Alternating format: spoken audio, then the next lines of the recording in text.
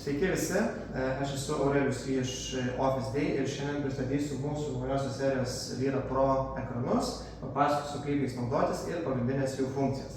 Tai pirmą pradėsiu nuo pagrindinių ekrane esančių mygtukų.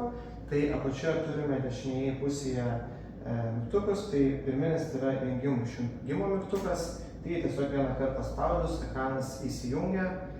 Tada užsakymui turime garso mygtuką, tai jį paspaudus pačiam ekrane atsiranda garso vardiklis, kurį galime garsinti tildyti. Sekantis mygtukas yra ryškumo, tai lygiai taip pat jį paspaudus atsiranda ryškumo skalė, kurią mes galime mažinti ir didinti. Sekantis mygtukas yra namas, tai jis reiškia grįžta į pagrindinį šitą lauką. Tai jeigu mes būsim nuėję kažkur kitur, paspausime namuką, jisai grįžta į pagrindinį langą. Ir paskutinis mygtukas tai yra nustatymai, jį paspaudę mes galime patekti į nustatymų langą. Tai vėl grįžtame namo. Tada yra šoniniai mygtukai, kurie yra ir dešinėje, ir kairėje pusėje, apskritimai. Jį paspaudus išeina irgi greitasis meniu, kur galima patekti į mums reikalingas vietas pagal funkcijas. Pirmasis mygtukas dažniausiai būna HDMI, kuris leidžia jums atidaryti jūsų kompiuterio vaizdą. Antrasis mygtukas tai yra namukas, kuris grįžta jums į jūsų pagrindinį lauką. Tai nesvarbu, kai esate namuką paspaudžius, jis sugrįžta atgal į savo pagrindinį vaizdą.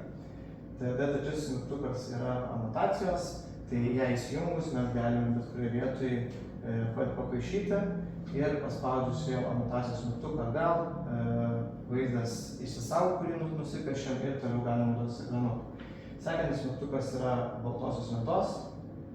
Jį paspaudžius mums susidaro mūsų balta lenta.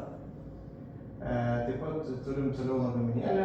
Tai atsidarius lagaminėlį turim greitos prieigos juostą, kuriuose yra pagrindiniai įrankiai, kuriuos galime įsijungti bet kuriuo metu. Toliau turime mygtuką, kuris yra garso. Jis yra reikalingas įsijungti, pateikti, pagarsinti, garso režimus pakeisti.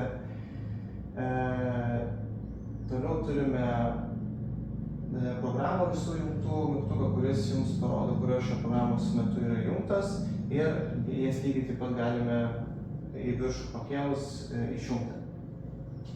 Ir taip pat yra grįžimo atgal mygtukas, tai jeigu mes turim kažką įsijungti internete, vieną kartą paspaudus grįžta vienu lauku atgal šitas mygtukas. Taip pat turime apačioje mygtukus, tai jie turi panašių funkcijų kaip ir šoniniai mygtukai, tai vidurinis mygtukas grįžta atgal į pagrindinį lauką, apatinis mygtukas atgal vienu lauku praeina atgal ir dešinysis mygtukas daro kaip ir prieš tai rodytas visas programas, kurias mes galim į viršų pakėlus tiesiog uždaryti.